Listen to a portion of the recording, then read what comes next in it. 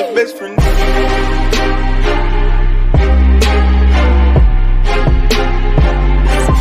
That's my best friend. What's up, everybody? It's your boy Dave Mo. You already know what it is because I don't know what the name of the channel is anymore. So, as some of you guys know, I was in the hospital, got caught, that's that shit, and sold a car. So the white, I don't know where I'll put the picture. The 2005 Cadillac STS, 98,000 miles roughly. Bought it for $1,500. Paid the $25 ACV fee to the guy I rent the license from. I believe I had it shipped in for somewhere in the neighborhood of like $199. So in total, I was into this car for roughly $1,800. When I got the car, when it got there, I ended up driving it around with my girl for about 2 to 3 weeks. So I try to drag my heels a little bit because he charges $50 if you sell a car without the title. And I've run into issues where we've sold cars without a title because dealers in Florida are given a 30-day buffer to have the paperwork completed through the DMV with the tax collector's office. So with that being, one good thing, guys, about this whole ordeal that I went through, I think I kicked my fucking Monster addiction. I haven't had a Monster in fucking almost a month, and I've been drinking a lot more water, and I never drink water. Excuse me.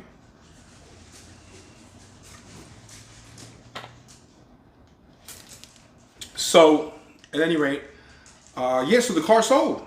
We drove it around for 3 weeks because I wanted to drag my heels to make sure the title came in before I put it up for sale. The car needed nothing while I was driving it. I think I showed you guys in the video the bumper had a hole in it and the trunk was bent over, and I said, I might take some pliers. I didn't even fix it. I didn't even care. I was like, fuck it. And the way I sell cars, I believe that just turn and burn, just turn and burn. I think if you're selling dollar menu cars and you're able to profit $1,000 on every single car, you're doing something right. Now, let me say this. The more I spend on a vehicle, the more cash money I expect to get back. If I spend 10 grand on a car, I don't want to make $1,000. Probably want to make at minimum 2 grand using my 20% rule, right? Which is a rule I put out there for myself. For those of you who aren't familiar with my 20% rule, anytime I put any money in the street, I need a 20% return. All right?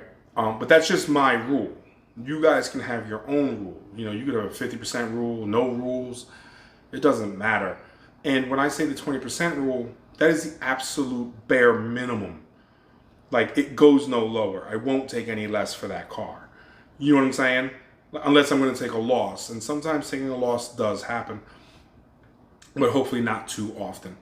And if you guys do take a loss, don't get hung up on it. Because it only matters at the end of the year if you made a loss money. Obviously, keep a tally of it while the year is going on.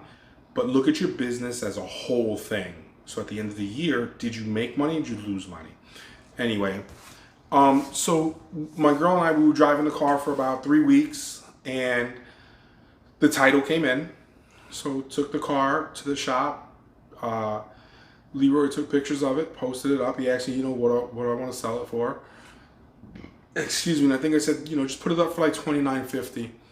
And the car in this area was going for, with that mileage, probably about 4 grand. So I know a lot of you guys out there right now are saying, damn, if a car's going for $4,000, why would you sell it for $29.50? So, like I said, number 1, it's Cadillac. Number 2, I like to turn and burn. Number 3, there's some part of me that likes to give good deals. Like if I caught a good deal, I want to extend that good deal to the purchaser. Not only that, I also like, Leroy or whoever's selling the vehicle to let them know that the reason why they're getting such a good deal on this car is because we don't know anything about it. This particular car I did drive for 3 weeks, but it's still good to keep the story the same throughout, okay? So, it's like, look, it was an auction car. I encourage you to take it for a test drive. I encourage you to bring your mechanic here and check it out.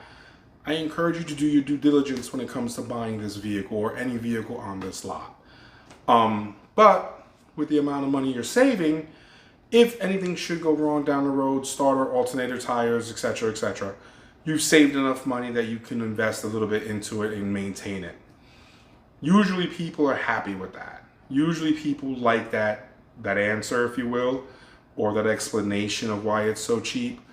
And it lets me off the hook, because the truth of the matter is Florida is a no lemon law state, which means once you sell a car, it's as is where it is. That's the end of it. You sign the paperwork, you hand over the money, it's your car. End of story. End of story. I know certain states that do have lemon laws and inspection states, stuff like that.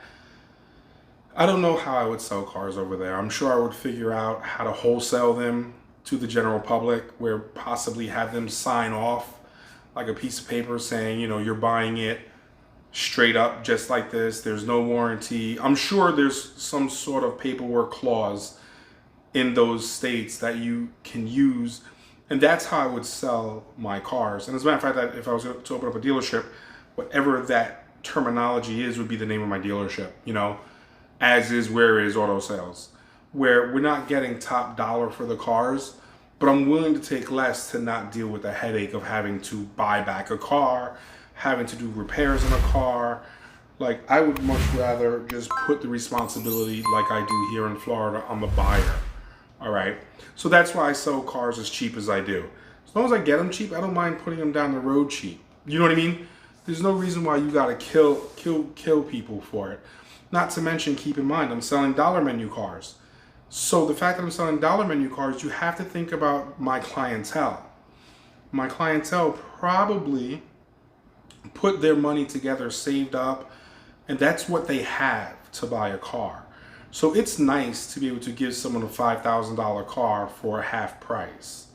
They're driving around in a nicer car. Hopefully it's reliable. Hopefully they brought a mechanic and it checks out. But there's a sense of, pride is not the right word, but a sense of looking out for my community, if that makes sense. You know what I mean? I could have easily put that car up for, $3,900 or $4,000 or $4,500 with that mileage, and possibly waited, maybe had that car still in inventory. But, I sold it. There'll be another one to buy. I'm not an individual who has to buy this car every single time.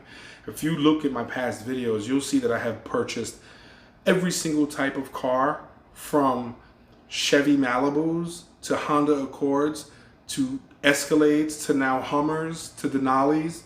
I am a fan of GM. I love my Chevys. I love my GMCs. Shit like that. I do tend to go to those a little bit more than others, but I'm not afraid to pick up a Saab. I'm not afraid to buy a Mercedes. You see what I'm saying? Like I'll buy a Dodge Journey, whatever. It doesn't matter to me. I only look at what I'm paying for it and what I could sell for it. What it can sell for, rather. So, anyway, profit margin. Let's talk about it.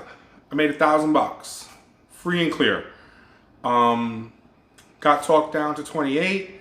28 was the rock bottom. Walked away with it.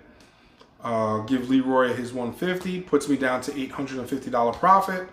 And I have to say, I am super happy with an $850 profit on a $1,800 investment. Not necessarily 50%, but pretty close. Pretty close, I just wish, we could sell more like that faster, making that money quicker. But we'll get there. It's been a weird season for cars. So, but again, you know what? I mean, who people work 2 weeks in certain situations to make less than $850. Do the math. If you make $10 an hour and you put in 80 hours in a bi-weekly paycheck, that's $800 before taxes. All right. I drove a car for 3 weeks, put it in the street, got paid in a week or two $850. I used zero labor. It took me zero energy to do that.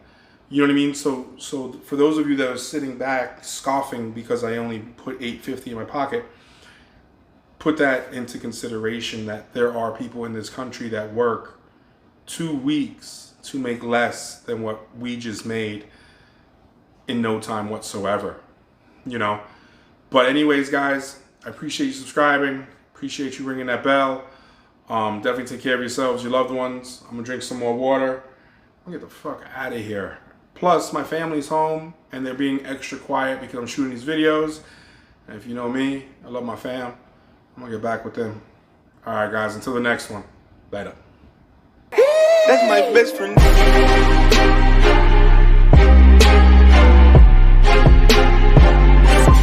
That's my best friend.